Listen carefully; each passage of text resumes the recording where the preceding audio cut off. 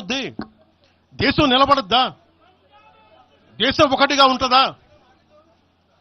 ఎంతకాలం తిడతారు? ఎంతకాలం? నేను అమిత్ షా గారిని అన్నారని చెప్పి నేను మాట్లాడగానే కూర్చోబెట్టి ఒక్కళ్ళు దానికి చిలవలు పలవలు చేసి నాకు తెలంగాణ అంటే పడదు, నాకు వీళ్ళంటే పడదు, వాళ్ళంటే పడదు, ఇన్ని సంవత్సరాలు 12 years కూర్చోబెట్టడం మేము ఒక చెరువుని కబ్జా చేసామంట. నాకేం పనిలేదు. నిజంగా మీరన్నట్టుగా కబ్జా చేస్తే ఇల్లు తగలబెట్టారా? నాది వచ్చి మీరు ఉంచుతారా నన్ను? ఒక్కొక్కళ్ళు కూర్చోబెట్టి 111 జీవోలు ఏమేం చేశారు అటు చూసిపోండి, అటు చూడండి. నిజంగా ఈ రోజున తెలంగాణ రాష్ట్ర ముఖ్యమంత్రి గారికే చెప్తున్నా, రేవంత్ రెడ్డి గారికే చెప్తున్నా, ఆయనంటే నాకు ఇష్టం,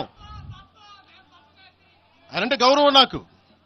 కానీ వారికే నేను చెప్తా ఉన్నా, తెలంగాణ ప్రభుత్వానికే చెప్తున్నా, పవన్ కళ్యాణ్ గనుక ఆ చెరువుని ఒక చెరువును ఆక్యుపై చేసుకున్నాడంటే సంతోషంగా చెప్తున్నా, ఈ రోజున తెలంగాణ ప్రభుత్వాన్ని రాసి ఇచ్చేస్తున్నారు. అలాగే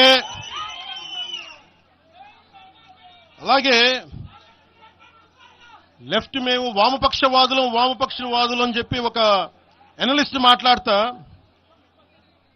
ఇది ఎలా ఉంటుందంటే ప్రపంచ కార్మికులారా ఏకం కండి అని చెప్పే వామపక్ష భావజాలం ఈ రోజున ప్రాంతీయతకు వచ్చింది. ఆ వామపక్ష భావజాలం చెప్పే వ్యక్తి అనలిస్ట్ ప్రకారం ప్రపంచ కార్మికులారా ఏకం కండి చెప్పే వామపక్ష భావజాలం ఈ రోజు ఎక్కడికి వచ్చింది? ఆయన చెప్పిన విధానం ప్రకారం ప్రాంతీయతకు వచ్చింది. కమ్యూనిజం ఎందుకు చచ్చిపోయిందంటే ఇలాంటి వాటి వల్ల చచ్చిపోద్ది.